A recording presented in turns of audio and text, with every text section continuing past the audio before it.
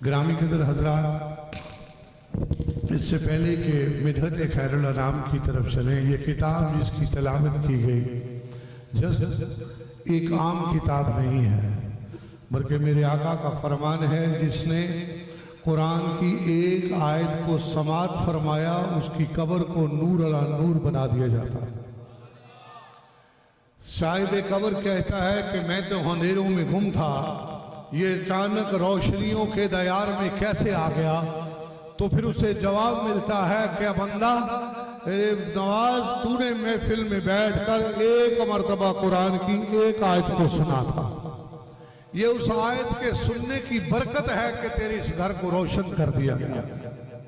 ये किताब कितनी अहमियत की हामिल है, मैं और आप इस पे बात नहीं कर सकते। इमाम शाफी रज़ी अल्लाह ताला अन्हु ने एक किताब लिखी, मुसन्नफ का ये वतीरा है, जब वो किताब लिखता है या सफ़े अव्वल पे या सफ़े इख्तिताम पे एक इस्तदा लिखता है कि मेरी किताब को पढ़ के अगर कोई गलती आपकी समझ में आए तो उसकी सलाह फरमाइए, इसके लिए मैं आपका एहसानमंद होऊंगा।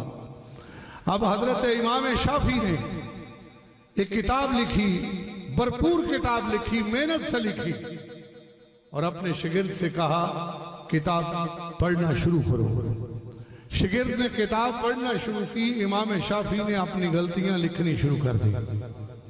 पहली मर्तबा शागिर्द ने पढ़ी, आपने देखा ढेरों गलतियां हैं, कहा फिर पढ़ो।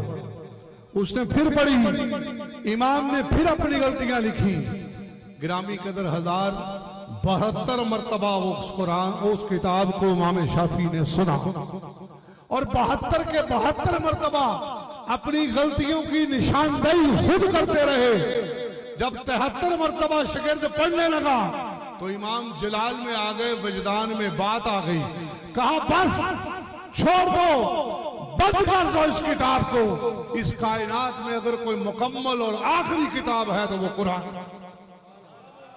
ये इमामों का हाल है कि वो अपनी किताबों पे बेबस दिखाई देते हैं, लेकिन मेरे रब की ये किताब है जिसके बारे में रब ने 1450 साल कहा, इस जैसा एक लफ्ज ला के दिखा दो, आज तक इसमें जेर जबर की तरमीम की कोई जुर्रत नहीं कर सका। अल्लाह ताला हमें इस किताब इलाही से जुड़ जाने की तौफीक अता फरमाए, बतौर नाज़र और सामे ही नहीं बल्कि इसका कारी बना दे, ताकि हमारी कब्र और हर्शर की मंजिलें आसान हो जाए। आइए, मिलाद का महीना है, मिलाद ही मौजू है। एक शायरा है, उनका नाम था रशीदा अय्यां है नाम, लाहौर की रहने वाली थी। लाहौर वाले जरा मिलाद अपने अंदाज में मनाते, तो वो कनाडा शिफ्ट हो गई। अब वहां बड़ी सख्त सर्दी, -60 तक टेम्परेचर है, तो उस 60 टेम्परेचर में सोचती है कि काश मैं इन लम्हों में अपने घर लाहौर होती तो अपने कोठे पे चढ़ के दीवे जलाती। अब इस ठंडक में अवल तो दिया मयसर नहीं, और अगर मिल गया तो जल नहीं सकेगा।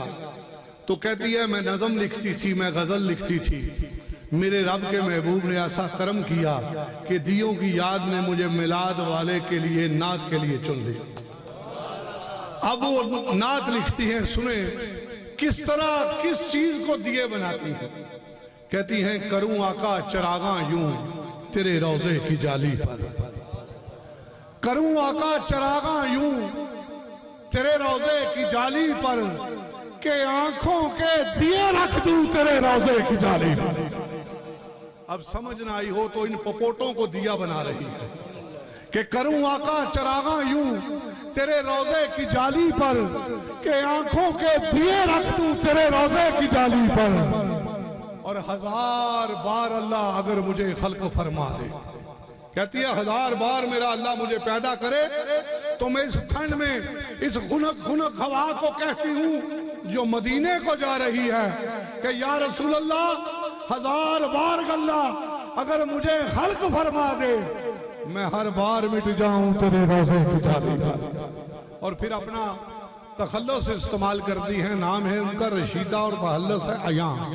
कहती हैं अय्यां अगर मिल जाए मताए कैसरो किसरा, ये कैसरो किसरा ईरान के महल है, कहती है अगर वो भी मिल जाए ना तो दूसरा मिसरा सुनिए सुभान अल्लाह का, मैं आपसे तालब हूं कि मता मिल भी अगर जाए, मता कैसरो किसरा, मैं सब कुछ कुर्बान कर डालूं तेरे रोजे की जाली, मैं सब कुर्बान कर डालूं तेरे रोजे की जाली पर, कि आंखों के दिए रख दूं तेरे रोजे की जाली पर। मुल्तजी हूँ पहले सना खान जनाब मोहतरम मोहम्मद सईद नक्शबंदी साहब से आप तशरीफ लाएं और अकीदत के फूल की रूहानी इरफानी वजदानी ईमानी नूरानी सुहानी महफिल में अकीदत के साथ आका की अकीदत में अकीदतों का नजराना पेश करें जनाब मोहम्मद सईद नक्शबंदी साहब।